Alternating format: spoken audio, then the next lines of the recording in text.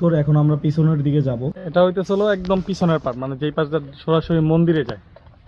আপনাদের তো মন্দিরের ইতিহাস আমি বললামই টুকিটাকি। তো মূলত এখানে হিন্দু ধর্ম বা বৌদ্ধ ধর্ম অবলম্বীরা বেশি এসে থাকে।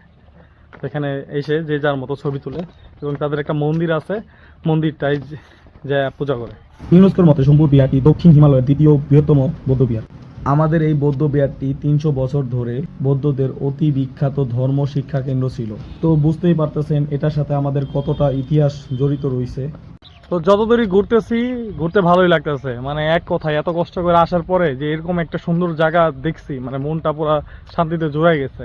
বাংলাদেশে এরকম কিছু প্রত্নস্থল রয়েছে যেগুলা ভ্রমণ না করলে আপনার লাইফ অপূর্ণ থেকে যাবে। তার ভিতর নওগাঁর এই পাহাড়পুর একটি।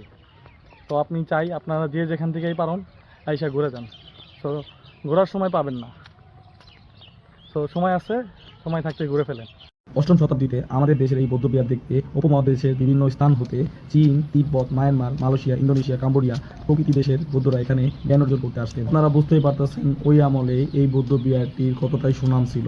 তো এই সুনাম আরও ধরে রাখতে এখানে পাওয়ারপুর জাদুঘর রয়েছে।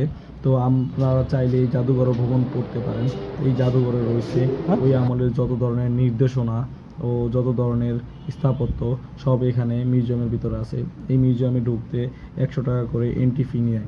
তো এটা আমার কাছে ব্যয়বহুল মনে হওয়ার কারণে এখানে আমি আর এন্ট্রি নেই না। যতটা সম্ভব বাইরে থেকে ভিডিও ক্যাপচার করতেছি। বাজেট ফ্রেন্ডলি ট্যুর দিতে হলে অনেক সময় এরকম কঠিন সিদ্ধান্ত নিতে হয় যে এত কাছে আসার পরেও এই জাদুঘর না ঘুরে বাসায় ফিরে যাওয়া। আর এই মিউজিয়ামের খানিকটা সামনে এগোতেই দেখতে পারবেন গাছ দিয়ে অনেক সুন্দর সুন্দর মূর্তি বানানো আছে। তো এখানে দেখতেছেন পাখি, তারপরে হাতি, আরও বিভিন্ন ধরনের হস্তশিল্প এখানে দেওয়া আছে।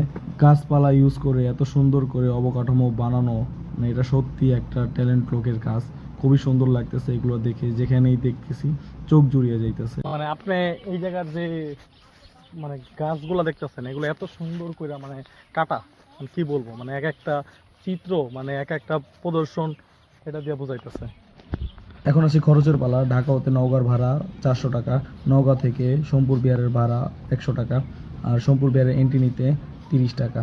এই টোটাল খরচ হইল 1030 টাকা। সবকিছু মিলে আউটস্ট্যান্ডিং একটা জায়গা। মানে আপনাদের কি বলবো, মানে নওগাঁর যে পাহাড়পুর বৌদ্ধ বিহার এতটা সুন্দর, না আমি যদি সরাসরি না আসতাম তাহলে নিজের চোখে কোনোদিন বিশ্বাস করতে পারতাম না। আপনারা প্লিজ এই জায়গায় আসুন, মানে যত কষ্ট হোক টাকা যেখান থেকে আসুন, আইসা ঘুরে যান, মানে ভালো লাগবে সত্যি কথা, ট্রাস্ট মি।